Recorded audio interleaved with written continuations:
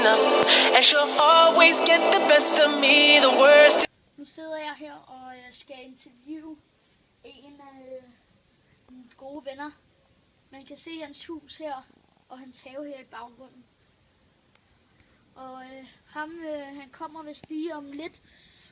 Jeg tror vel nok, han kommer nu. Nå, hej Edgar. Hej. Hvad laver du her? Jeg tror lige, du skal sætte dig ned. Ja, mine seere her vil gerne stille dig nogle spørgsmål. Okay.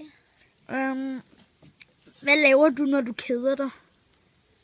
Der er kun én ting at lave. GTA. Har du ikke FIFA eller...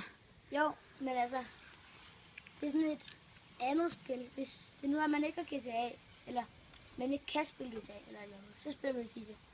Det er sådan det næste spil, du forstår det. Og så er der en, han hedder Gustav Duhl. Han vil gerne lige vide, om du går til nogens fritidssport. Det tror jeg godt, jeg ved. Eller det gør jeg. Jeg går til fodbold, og det må man godt. Kan du lide at spille fodbold? Det skal det. Okay. Tak fordi, at du vil give mig nogle spørgsmål og Det var så lidt. nogle forskellige ting. Ja.